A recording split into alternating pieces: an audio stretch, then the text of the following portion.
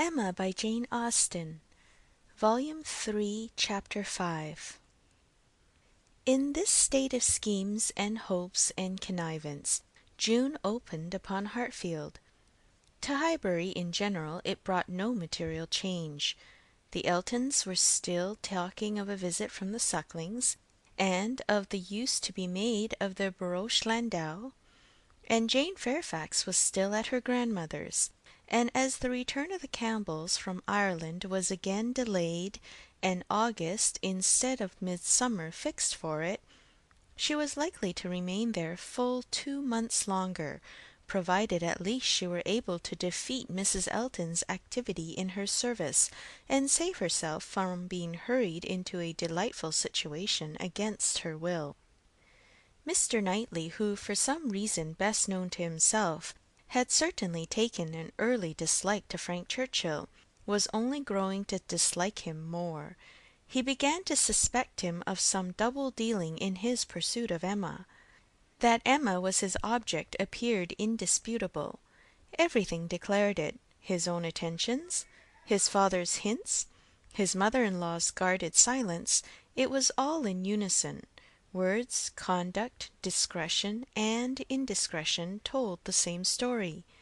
But while so many were devoting him to Emma, and Emma herself making him over to Harriet, Mr. Knightley began to suspect him of some inclination to trifle with Jane Fairfax.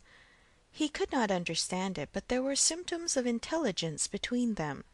He thought so, at least, symptoms of admiration on his side, which having once observed, he could not persuade himself to think entirely void of meaning.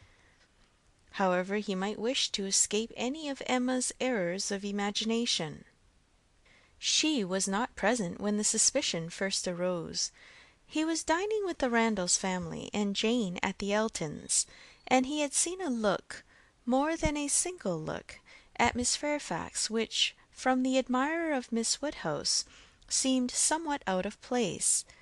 When he was again in their company, he could not help remembering what he had seen, nor could he avoid observations which, unless it were like Cowper and his fire at twilight, myself creating what I saw, brought him yet stronger suspicion of there being a something of private liking, of private understanding even, between Frank Churchill and Jane.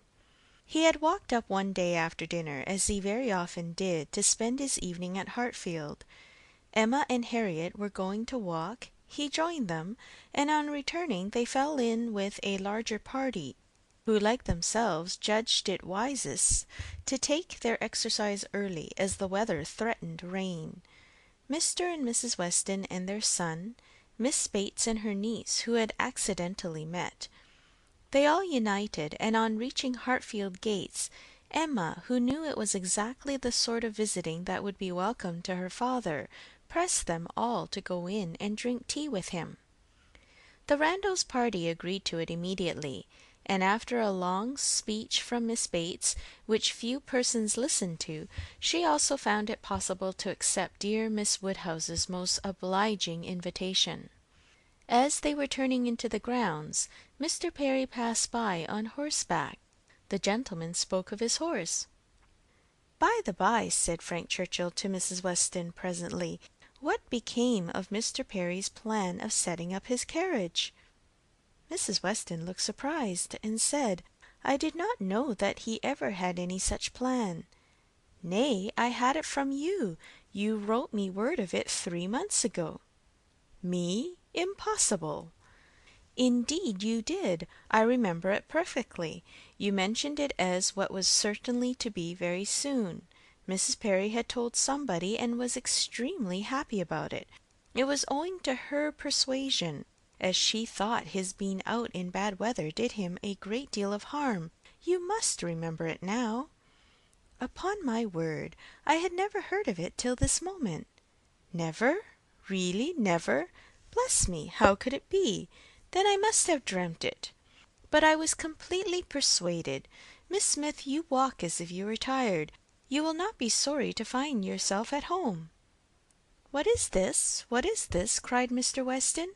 "About Perry and a carriage? Is Perry going to set up his carriage, Frank? I am glad he can afford it. You had it from himself, had you?" "No, sir," replied his son, laughing. "I seem to have had it from nobody. Very odd. I really was persuaded of Mrs. Weston's having mentioned it in one of her letters to Enscombe, many weeks ago, with all these particulars. But as she declares she never heard a syllable of it before, of course it must have been a dream. I am a great dreamer. I dream of everybody at Highbury when I am away, and when I have gone through my particular friends, then I begin dreaming of Mr. and Mrs. Perry." "It is odd, though," observed his father, "that you should have had such a regular connected dream about people whom it was not very likely you should be thinking of at Enscombe. Perry's setting up his carriage, and his wife's persuading him to it out of care for his health. Just what will happen, I have no doubt, some time or other, only a little premature. What an air of probability sometimes runs through a dream! And at others, what a heap of absurdities it is! Well, Frank, your dream certainly shows that Highbury is in your thoughts when you are absent. Emma, you are a great dreamer, I think." Emma was out of hearing. She had hurried on before her guests to prepare her father for their appearance, and was beyond the reach of Mr. Weston's hint. "Why, to own the truth," cried Miss Bates, who had been trying in vain to be heard the last 2 minutes, "if I must speak on this subject, there is no denying that Mr. Frank Churchill might have. I do not mean to say that he did not dream it. I am sure I have sometimes the oddest dreams in the world. But if I am questioned about it, I must acknowledge that there was such an idea last spring, for Mrs. Perry herself mentioned it to my mother, and the Coles knew of it as well as ourselves, but it was quite a secret, known to nobody else, and only thought of about 3 days. Mrs. Perry was very anxious that he should have a carriage, and came to my mother in great spirits one morning because she thought she had prevailed. Jane, don't you remember grandmamma's telling us of it when we got home? I forget where we had been walking to, very likely to Randalls. Yes, I think it was to Randalls. Mrs. Perry was always particularly fond of my mother. Indeed, I do not know who is not, and she had mentioned it to her in confidence. She had no objection to her telling us, of course, but it was not to go beyond, and from that day to this I never mentioned it to a soul that I know of. At the same time, I will not positively answer for my having never dropped a hint, because I know I do sometimes pop out a thing before I am aware. I am a talker, you know. I am rather a talker, and now and then I have let a thing escape me which I should not. I am not like Jane. I wish I were. I will answer for it she never betrayed the least thing in the world. Where is she? Oh, just behind. Perfectly remember Mrs. Perry's coming. Extraordinary dream indeed." They were entering the hall. Mr. Knightley's eyes had preceded Miss Bates's in a glance at Jane. From Frank Churchill's face, where he thought he saw confusion, suppressed, or laughed away, he had involuntarily turned to hers. But she was indeed behind, and too busy with her shawl. Mr. Weston had walked in. The other 2 gentlemen waited at the door to let her pass. Mr. Knightley suspected in Frank Churchill the determination of catching her eye. He seemed watching her intently. In vain, however, if it were so. Jane passed between them into the hall and looked at neither. There was no time for farther remark or explanation. The dream must be borne with, and Mr. Knightley must take his seat with the rest round the large modern circular table which Emma had introduced at Hartfield, and which none but Emma could have had the power to place there, and persuade her father to use it, instead of the small-sized Pembroke, on which 2 of his daily meals had for 40 years been crowded. Tea passed pleasantly, and nobody seemed in a hurry to move. "Miss Woodhouse," said Frank Churchill, after examining a table behind him, which he could reach as he sat, "have your nephews taken away their alphabets, their box of letters? It used to stand here. Where is it?" This is a sort of dull-looking evening that ought to be treated rather as winter than summer. We had great amusement with those letters one morning. I want to puzzle you again." Emma was pleased with the thought, and produced the box. The table was quickly scattered over with alphabets, which no one seemed so much disposed to employ as their two selves. They were rapidly forming words for each other, or for anybody else who would be puzzled. The quietness of the game made it particularly eligible for Mr. Woodhouse, who had often been distressed by the more animated sort, which Mr. Weston had occasionally introduced, and who now sat happily occupied in lamenting with tender melancholy over the departure of the poor little boys, or in fondly pointing out, as he took up any stray letter near him, how beautifully Emma had written it. Frank Churchill placed a word before Miss Fairfax. She gave a slight glance around the table, and applied herself to it. Frank was next to Emma, Jane opposite to them, and Mr. Knightley so placed as to see them all, and it was his object to see as much as he could, with as little apparent observation. The word was discovered, and with a faint smile pushed away. If meant to be immediately mixed with the others and buried from sight, she should have looked on the table instead of looking just across, for it was not mixed, and Harriet, eager after every fresh word and finding out none, directly took it up and fell to work. She was sitting by Mr. Knightley and turned to him for help. The word was blunder, and as Harriet exultingly proclaimed it, there was a blush on Jane's cheek which gave it a meaning not otherwise ostensible. Mr. Knightley connected it with the dream, but how it could all be was beyond his comprehension. How the delicacy, the discretion of his favourite could have been so lain asleep. He feared there must be some decided involvement. Disingenuousness and double-dealing seemed to meet him at every turn. These letters were but the vehicle for gallantry and trick. It was a child's play, chosen to conceal a deeper game on Frank Churchill's part. With great indignation did he continue to observe him, and with great alarm and distrust to observe also his two blinded companions. He saw a short word prepared for Emma, and given to her with a look sly and demure. He saw that Emma had soon made it out, and found it highly entertaining, though it was something which she judged it proper to appear to censure, for she said, "Nonsense! For shame!" He heard Frank Churchill next say, with a glance towards Jane, "I will give it to her, shall I?"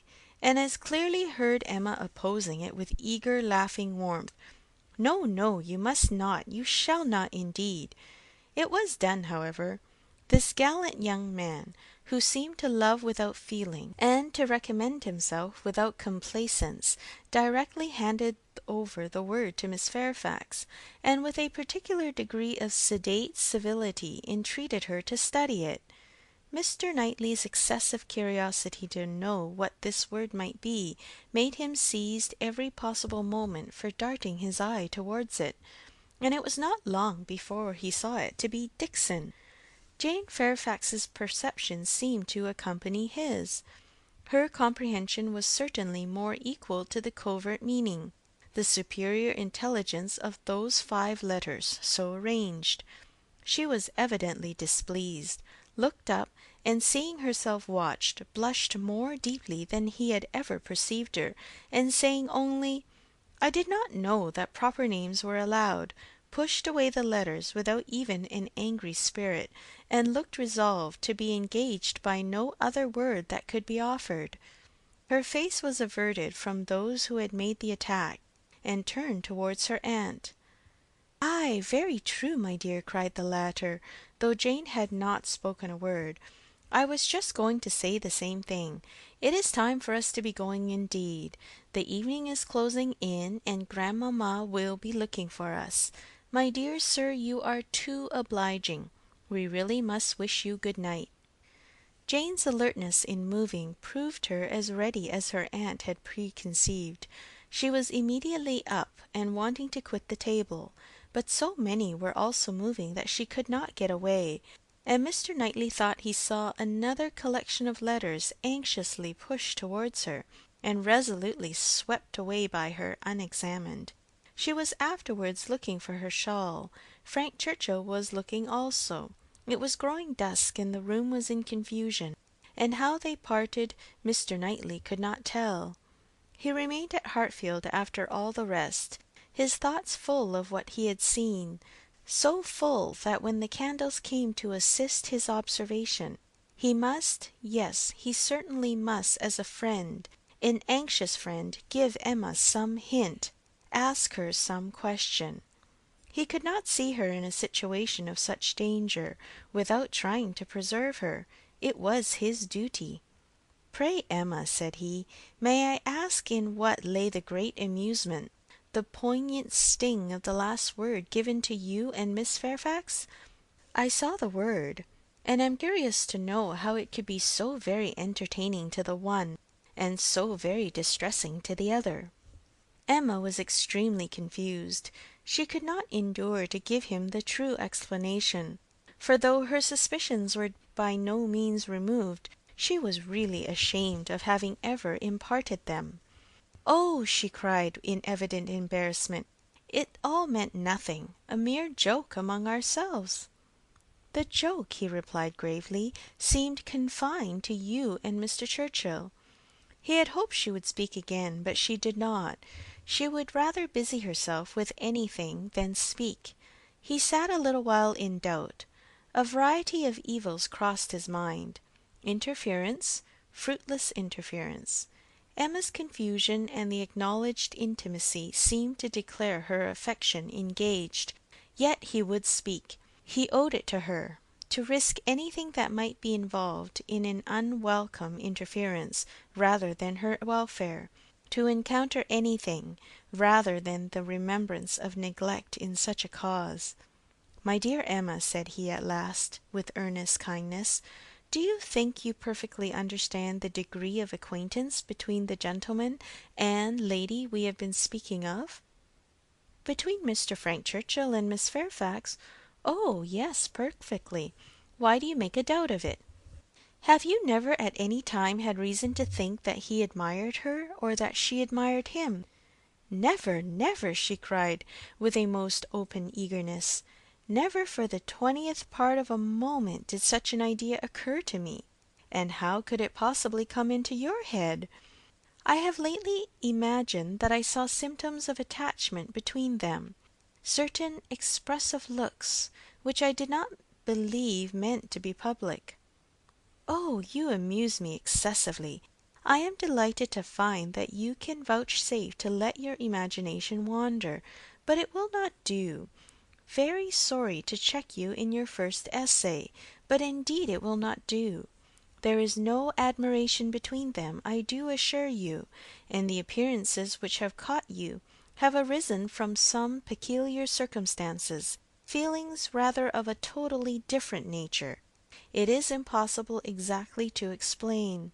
There is a great deal of nonsense in it, but the part which is capable of being communicated, which is sense, is that they are as far from any attachment or admiration for one another as any two beings in the world can be. That is, I presume it to be so on her side, and I can answer for its being so on his. I will answer for the gentleman's indifference." She spoke with a confidence which staggered, with a satisfaction which silenced Mr. Knightley. She was in gay spirits, and would have prolonged the conversation, wanting to hear the particulars of his suspicions, every look described, and all the wheres and hows of a circumstance which highly entertained her, but his gaiety did not meet hers. He found he could not be useful, and his feelings were too much irritated for talking. That he might not be irritated into an absolute fever by the fire which Mr. Woodhouse's tender habits required almost every evening throughout the year, he soon afterwards took a hasty leave, and walked home to the coolness and solitude of Donwell Abbey. End of Volume 3, Chapter 5.